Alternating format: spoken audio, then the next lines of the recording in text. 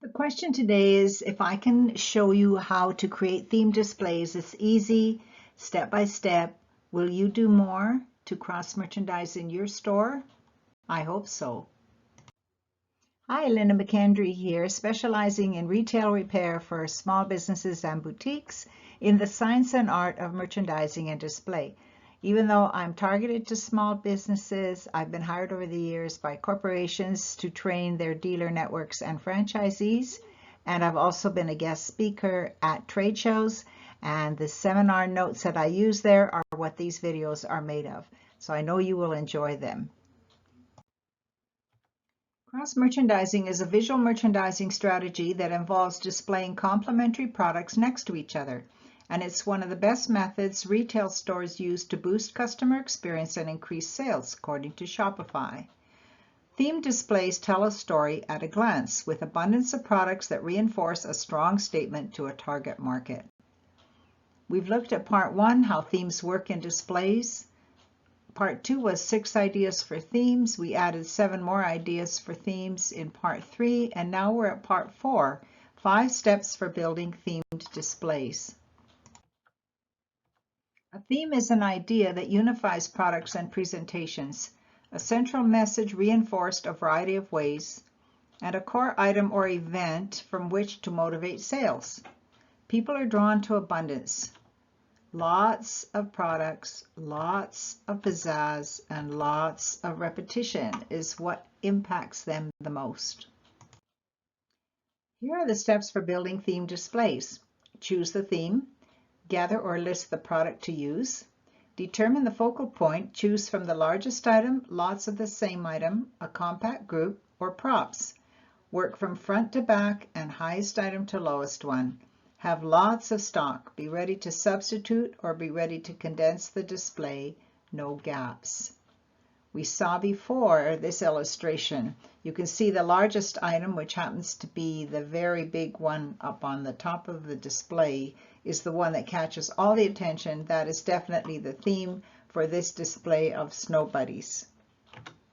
And we know the mega size points to the little guys. People see the big one, they see that focal point is where their eye goes, and then they have all the smaller ones to choose from. Let's look at North York Hospital, where it's wintertime and Christmas, and we want to take and feature some theme displays from our nightwear. So you can see here that we are going to put the theme display here, the feature display here, and then we're going to put the inventory and the stock close by. Here we have flannel nightgowns as well, and the inventory backup stock is down here. So take a look at this one. Firstly, we're choosing from the largest item, which is the focal point, and then we're working from back to front and highest to lowest. So the first thing I did was to put this placemat there, and I let it hang over the front because it fills in this gap a little bit here as well, and it visually enlarges it. Then you can see we hang the pajama top right at the highest hook that we had available to us. And then we have put in the gift bag and 2 gift items in front of that. Here we have a little Christmas sleigh. We've put a teddy bear in the sleigh, and we've put a little hat, Christmas hat on him. And then over here we have a little gift item that is facing the till, which is that way. This is a plant warehouse, and you can see that we have lots of the same item and a compact group as the focal point. And here we work to stack things up that are the same size and that are stackable. That's one way to show a lot of product in a small space and still have it organized. As you go down the aisle here, you can see we have the same thing happening down here, and that is another lots of the same item compact group.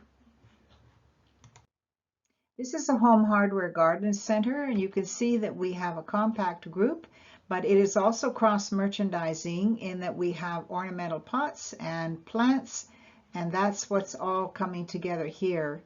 And when we work from back to front and highest to lowest, again, this is creating an archway, and we can see right through it, so everything in here is visible. Even though this part is very, very compact, it forces our eye to stop there and enjoy it, but we still can walk around each side and do our shopping.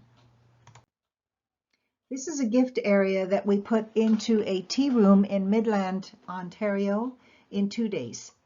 And you can see that the focal point of the entire display is this in the center here, and it is definitely a compact group.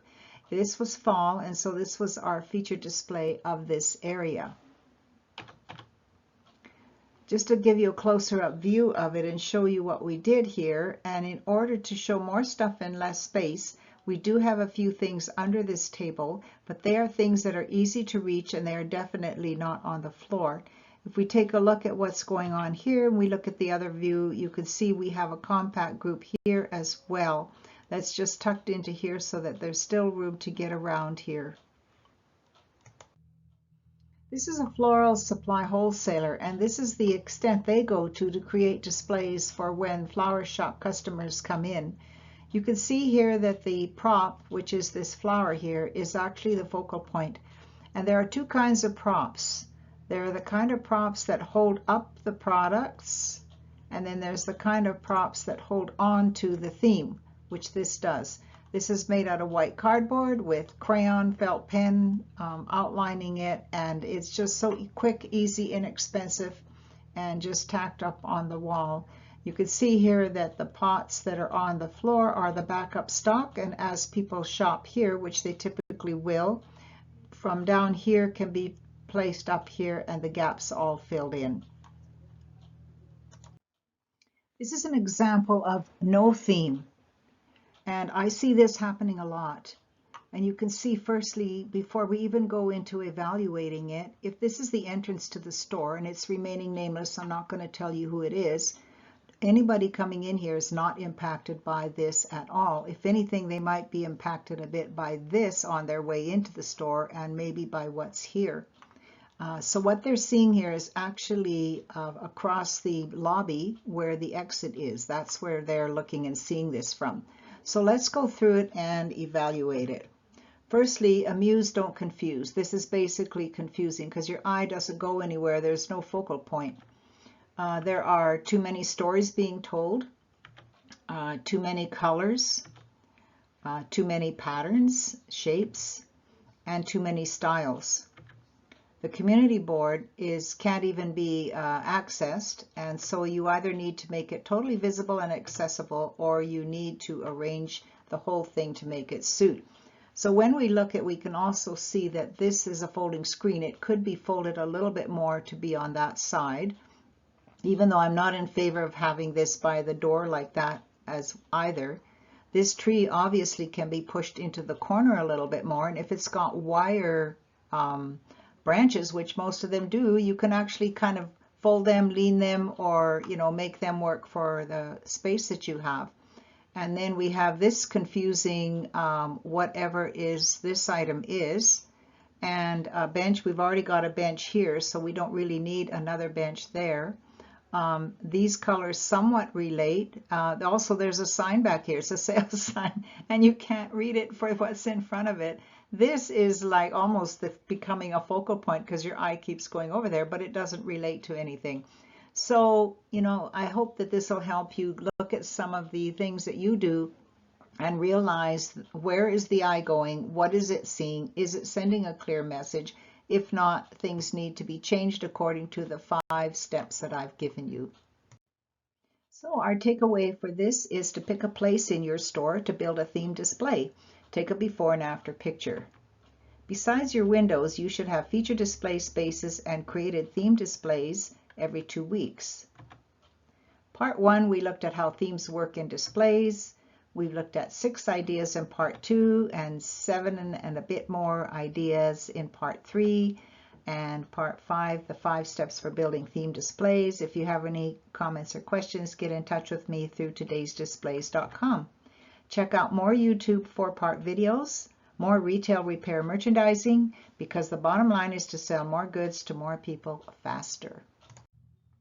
Thanks for joining me, and check in the comments section to see the links for the other videos that are on this topic.